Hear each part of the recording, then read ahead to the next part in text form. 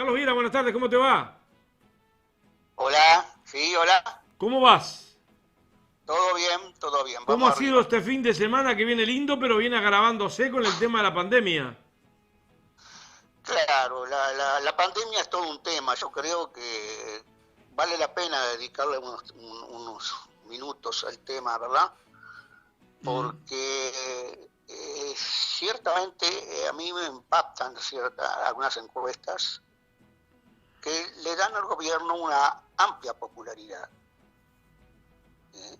Cuando el gobierno comenzó a hacer de las suyas, sin embargo, eso no es captado por la población como algo que va en contra de sus intereses. Es una reflexión que personal, ¿verdad? Ah. Mi percepción, mi percepción de la cosa. Como que, bueno, yo a las encuestas las tomo con pinzas, Lo ¿sí? que pasa que en realidad que el juego viene que durante un buen tiempo fue la responsabilidad del gobierno anterior y después un camuflaje entre la pandemia y las medidas que llevaba adelante, la LUC y el presupuesto que está votando. Es claro, no, yo creo que es, es claro que la gente se le pregunta cuál es su percepción de la actuación del gobierno y que la gente tiene un pronunciamiento más favorable que desfavorable. Yo tomo con pinza los resultados de las encuestas, sobre todo de algunas encuestadoras, pero cuando ese equipo consultor es el que hace esa medición, le tengo un poco más de respeto, ¿sí? Porque es quien en otras oportunidades no ha tenido errores ni ha tenido fallas técnicas en sus proyecciones. De manera que yo creo que es un dato en la realidad atendible. Yo creo que lo que yo hubiese esperado es que el gobierno, una vez que empezó a bajar las tarifas, a subir las tarifas, a no bajar las tarifas, como había prometido, Lo que pasa es que en vos vez de quedaste bajarlas, enganchado las con subió. eso de que había que bajarla, que había que bajarla, que había que bajarla y que se podían bajar. Y llegaron y subieron. Se podían bajar. Bueno, a medida que además toda una cantidad de cuestiones que planteó en la campaña electoral comienzan a verse que no eran tales como hablaba en la vez anterior. Eh, Todo eso yo hubiese pensado que se reflejaba en un deterioro de imagen del gobierno, un rápido deterioro de la imagen del gobierno, ¿no? Subió también rápidamente el valor del dólar, eh, cuando habían dicho de que no, y bueno, pero sin embargo el ministro de Agricultura y Pesca aplaudía la suba del dólar. Luego obviamente viene la pandemia. La pandemia, ¿qué es lo que ocurre? Yo creo que cuando hay un problema en la sociedad, una amenaza externa, la gente naturalmente tiende a aglutinarse frente a la adversidad, ¿verdad? Entonces, como el gobierno se presentó como que se hacía cargo, que se ponía al frente de la defensa de la salud pública, bueno, y despliega una estrategia que no era por qué ser entendida como negativa, sino que es Ujú. un tema de cómo combatir una pandemia, de cómo pararse frente a ella. Pero lo hace desde un punto de vista sanitario. ¿Eh? Y cuando se plantea la otra cara del asunto, porque es muy fácil decir nos aislamos, cuando se plantea la otra cara del asunto, no, ahí no responde, digamos, y entonces se genera toda la convulsión social, ollas populares y todo lo demás, que generaba un parate en la actividad económica resultante de la cuarentena. Responsable, la cuarentena no obligatoria, pero cuarentena al fin. Todo bien, pero las consecuencias económicas son bastante parecidas. Entonces, la percepción que yo tenía es que es deterioro en la situación económica a ojos vistas, aumento de los seguros de paro, aumento. sin la necesaria cobertura social, como he dicho, en otros países han sido mucho más expansivos en las ayudas a la población, incluso en Brasil. De ahí que en Brasil 300 reales por mes es la renta que se le reconoce a mayor parte de la gente que demuestra haber sido afectada por la pandemia. No es poca cosa. De manera que, digamos, aquí si hubiésemos dicho que tenemos una renta básica de cerca de 30.000 pesos por mes a todo el mundo afectado por la pandemia, hubiese sido muy distinto. Y las consecuencias en la economía hubiesen sido también muy distintas. Ahora viene recesión, y al venir recesión viene... ¿Pero viene recesión por la pandemia o viene recesión por el presupuesto impuesto? Viene recesión por el presupuesto, justamente. La pandemia tiene ese efecto, pero parece como que la calle dice, miren que más pandemia es más COVID, es menos laburo. De acuerdo, más COVID es menos laburo, pero en otros lugares, para paliar la falta de laburo, de ingresos generados por el laburo, lo que se hace en otros lugares es tratar de sostener los ingresos de las personas, porque obviamente las personas no pueden trabajar o se les cercenó esas posibilidades porque la actividad en la cual se desempeñaban no puede seguir y resultancia no tienen ingresos. Yo creo que un gobierno sensible debería de haber hecho, acá lo único que se hizo fue el seguro de paro y algunas cosas poco importantes. No, y se compraron dos Hércules. Y se compraron en medio del asunto dos Hércules. 22 millones de dólares, porque no estamos hablando de un gasto superfluo. Claro. Bueno, y entonces, eso se hace. La gente padece bastante porque, digamos, con todo lo que ha pasado con las ollas populares, hemos visto gente que estaba en situación muy precaria, ¿verdad? Y no es mentira, es una realidad objetiva. De manera que lo que ha pasado... También es cierto que tan arriba la pandemia y tan cerca de la salida del gobierno, el propio gobierno actual dice que son secuelas del gobierno anterior. Hago abogado del diablo, pero bueno, eso está ahí. Bueno, sí. A ver, entonces tenemos una situación en la cual el gobierno, digamos, ha dejado que se generase una situación económica bastante penosa para mucha gente. Ha dejado que no ha hecho lo suficiente para evitarlo. Como consecuencia, va a bajar el producto y va a bajar el salario. Digo yo, igual que en otros países, había medidas para tomar que no se tomaron para tratar de paliar al máximo eso y que no bajara el producto ni bajarse el salario. El gobierno le echa la culpa entonces al gobierno anterior, como está planteado todo, bueno, que no se podía porque el país estaba fundido. Hemos hablado hasta el cansancio acá que no era tal la fundidera, que al contrario, lo van a fundir ellos, así si siguen las cosas así.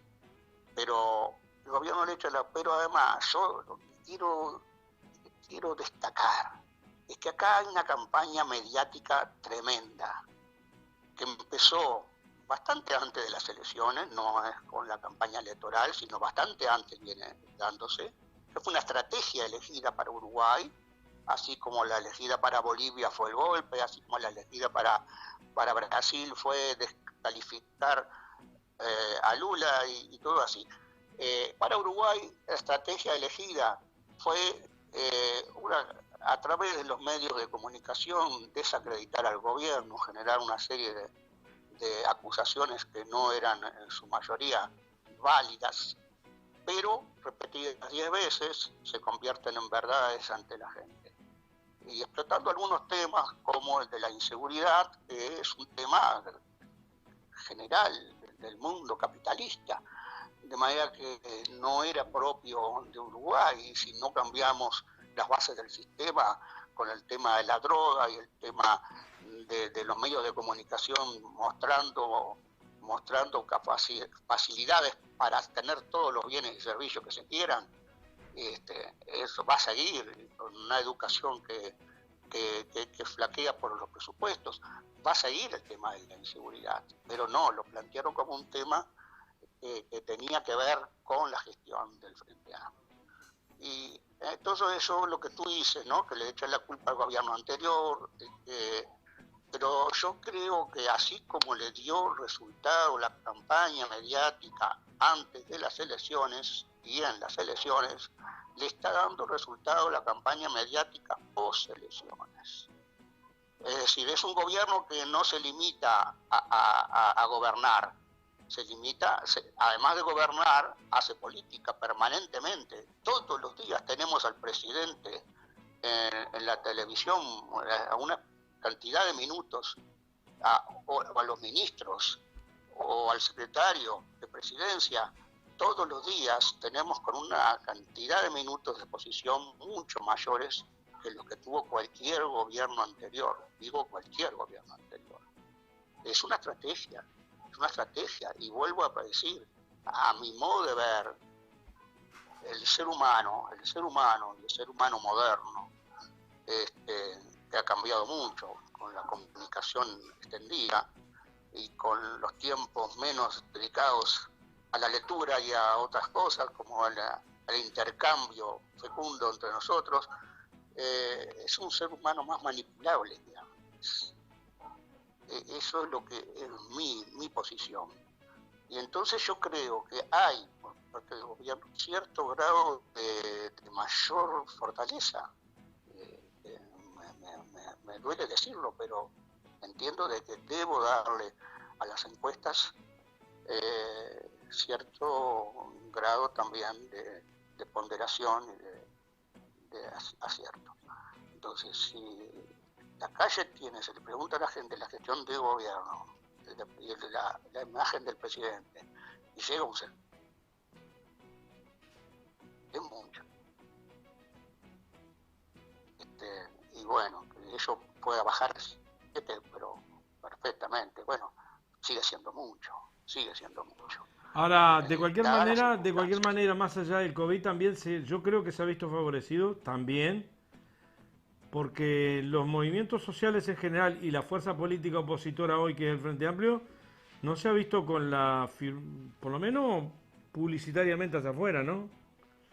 Sí, es eso. Bueno, yo no sé, vuelvo a decirlo, igual que el tema de la campaña electoral, incluso antes, yo pienso que a veces el Frente Amplio o no pudo o no supo contrarrestar esta ofensiva mediática.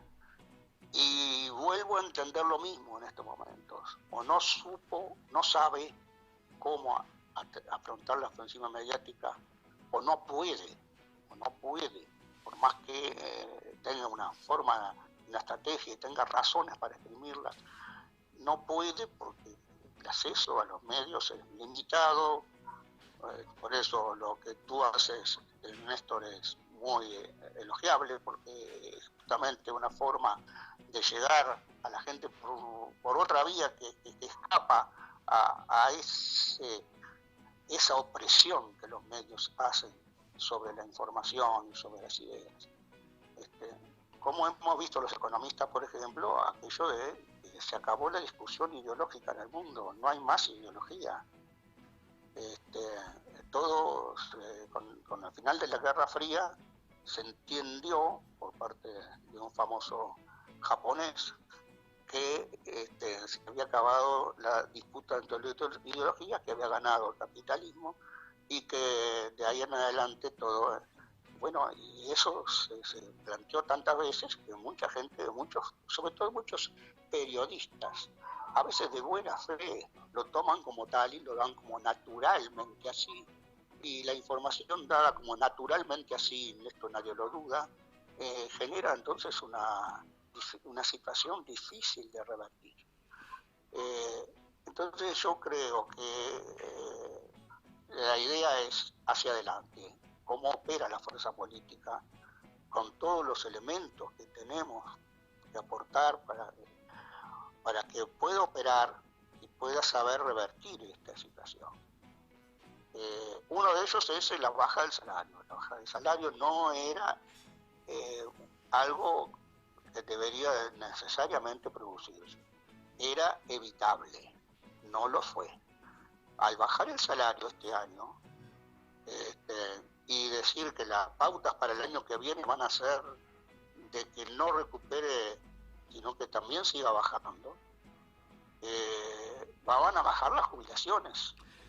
Ya bajan. Carlos, solamente aunque no aumentara, si congelan los salarios ya hay una rebaja de salario. Exactamente, porque lo que van perdiendo todos los meses de poder adquisitivo la gente es consumo que no se realiza. Y después no me sirve que me digan, pero hoy recuperamos la pérdida del 10% que usted perdió. No, porque en el transcurso de ese periodo la pérdida fue mayor.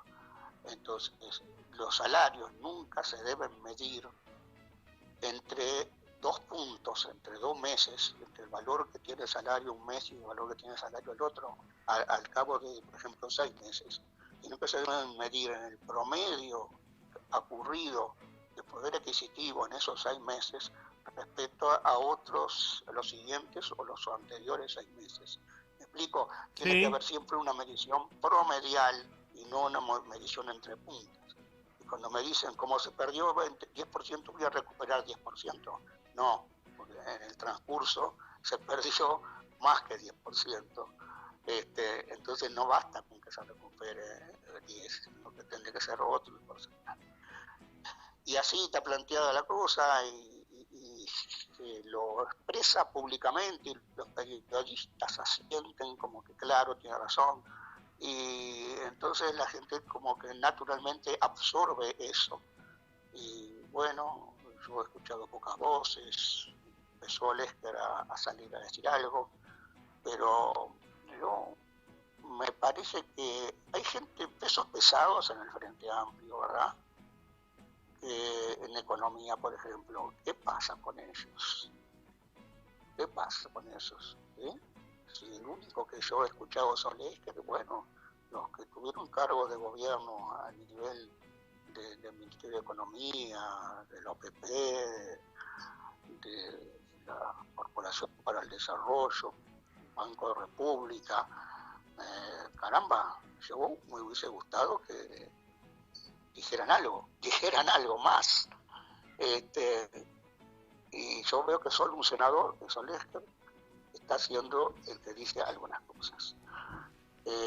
Yo te digo que entiendo de que el año que viene va a ser duro, va a ser muy duro para la gente. Y que no me lo expliquen por el gobierno anterior, que no me lo expliquen por la pandemia. Ninguna de las dos cosas son excusas, sin embargo, es lo que están haciendo. Entonces, y ahí en más, yo entiendo de que faltan elementos, que la gente debe saber cuánto están dando otros gobiernos para paliar la pandemia y cuánto está dando el nuestro. Y que la gente tiene que asociar su baja del nivel de vida no a la pandemia, inexorable condición, ni mucho menos al gobierno anterior, sino que tiene que asociarla a una orientación de la política, que tiene todos los instrumentos. Digamos, si me dijeran el país realmente estaba mal, pero no, el país estaba bien. Ahora se quejan mucho del grado de informalidad, qué horrible, cuánta informalidad que hay, ¿verdad? Y resulta ser que es el país con menos informalidad de toda América Latina, el nuestro. Que con el gobierno del Frente la formalización de los trabajadores pasó de ser un 55 a un 77%. Y que esa formalización de los trabajadores robustece las arcas del BPS, porque es gente que antes no aportaba y ahora aporta, es gente que antes no tenía cobertura de, por ejemplo, social, de salud, de desempleo, y ahora la tenía. Todo eso llama poderosamente la atención. Y yo creo que, bueno, tenemos que empezar a enfatizar en eso. Ahora, vuelvo a insistir sobre lo mismo que vos dijiste, ¿no? Salvo honrosas excepciones, en general, yo te diría más que en la campaña electoral, por las intendencias, clarito, clarito, fue Carolina como dirigente que marcó, Carolina Cosa que marcó un perfil, en este caso fue ella. Sí, Pero después ahora, cierto. como está diciendo Lesker o algún otro economista, salen en realidad poco con temas que colaborarían enormemente con para que la gente se vaya empezando a vislumbrar de lo que va a venir el año que viene.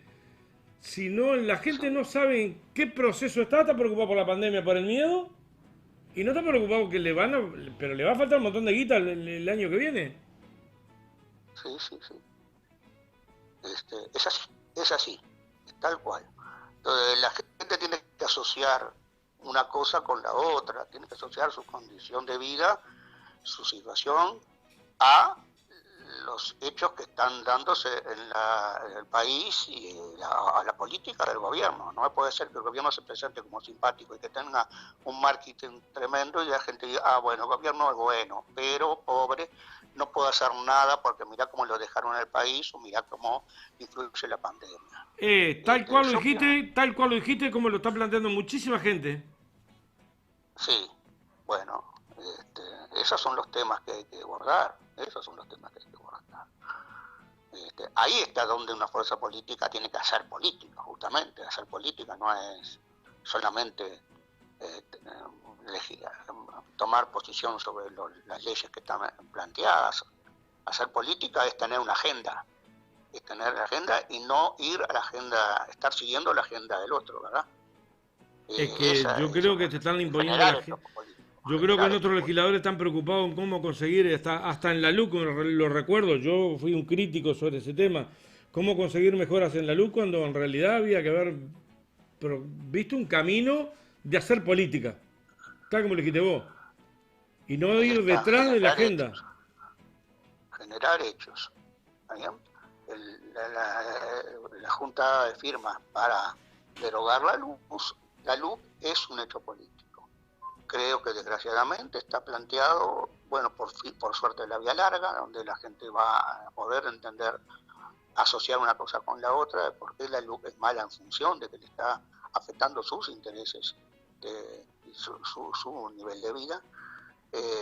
Y que ese tipo de autoritarismo, además, que está implícito en la luz, se va a ir decantando a medida que transcurran los tiempos, como lo estamos ya viendo, de manera que en lo inmediato, si hoy la gente vota derogar o no la luz, yo me temo que el resultado no sea positivo. Quiere decir que hace falta mucho trabajo, y a lo que voy, tendríamos que empezar a trabajar justamente en este momento viendo cuál es la situación internacional generada por la pandemia y cómo hay países que han paliado la crisis, de qué manera están paliando la crisis y no plantearse el inexorable camino de que la gente padezca la crisis, padezca la pandemia, no solamente desde el punto de vista de la salud, sino también desde el punto de vista económico en forma aguda, ¿verdad? Yo incluso creo que fue no del todo acertada la salida del compañero Tabaré Vázquez, cuando al principio del todo planteó cuarentena, porque aquí se nos viene algo importante desde el punto de vista de atender la salud humana, y bueno, el sindicato médico planteaba la cuarentena, y yo creo que podía estar bien. Lo que me parece que no está bien es plantear cuarentena y nada más. Yo diría cuarentena y renta básica. Eso es lo que teníamos que haber planteado, cuarentena y renta básica. Ahora, ¿le voy a echar las culpas al compañero Tabaré Vázquez? No, fue el único que salió a decir algo. Mientras, ¿por qué no salimos otros a decir cuarentena y renta básica? Porque al final lo que se hizo fue una cuarentena, no tan obligatoria, pero fue cuarentena. La gente no, quédate en casa, si te quedas en casa no trabajás. Si te sacaron los ómnibus, ya tenía de por ahí una cuarentena. Claro, ¿Con qué quédate en iba a casa no trabajar? trabajás. que no sé Si si el uno no restaurante trabaja, no no te lo habilitaban para funcionar, bueno, ya tenían más de medio país en cuarentena. claro, Todo el país en cuarentena, a no ser algunos sectores, pero en bueno, realidad la mayoría estaban en cuarentena. Me acuerdo que los que ahí está, salieron fuera de la cuarentena fueron la gente del Zunca, cierto, todo aquello de la construcción que se que fue a los dos planteó, meses, mes y medio, 2 meses, después la licencia, me sí, acuerdo, sí, por sí, allá por turismo, Semana Santa, pero después fue una cuarentena larga, impuesta, sin ser reglamentariamente, bueno, ahora ya te mandan la policía, pero antes no lo hacían. sí, exactamente, Ahora te mandan la exactamente, policía. sí, sí, sí. Yo creo que el gobierno va a tener malos resultados, tanto en la lucha contra la pandemia, a ver, por más buenas que sean las medidas, es la pandemia, digamos, no se puede aislar un país, primero del mundo, cuando el mundo de alguna manera te rodea. Segundo, no se puede generar una parálisis, no se puede ni aislarlo ni paralizarlo al país. Entonces, a la larga, con Argentina y Brasil como están, es muy difícil que En un Uruguay pueda problema, en una situación como sustraerse. la que estamos ahora, que Uruguay le ingresaban 4 mil o 4 mil millones de dólares vía turismo, que ahora le van a Y ingresar. bueno, Hay un sector que tendría exactamente. que, pequeños comerciantes, pequeñas cosas, que se tendría que haber ayudado económicamente por parte del Estado. Yo lo he dicho públicamente, el otro día lo hablaba Claro, con uno de mis hijos, capaz que equivocadamente, yo no manejo la economía a nivel nacional. pero claro, pero entonces, ¿quién salió a decir que querían ayuda? Los grandes hoteleros, los que están en el turismo grande, las grandes empresas turísticas salieron a decir que necesitaban ayuda. Y por ahí no es que se vaya por ahí. Y al final el gobierno accedió a una serie de normas que apuntalan un poco al sector, pero ¿a quién favorece? Al gran sector. Muchísima gente va a tener dificultades a raíz de que se pierden los ingresos de turismo, que son importantes para el país. Eh, era otra la política, a mi modo de ver, era otra.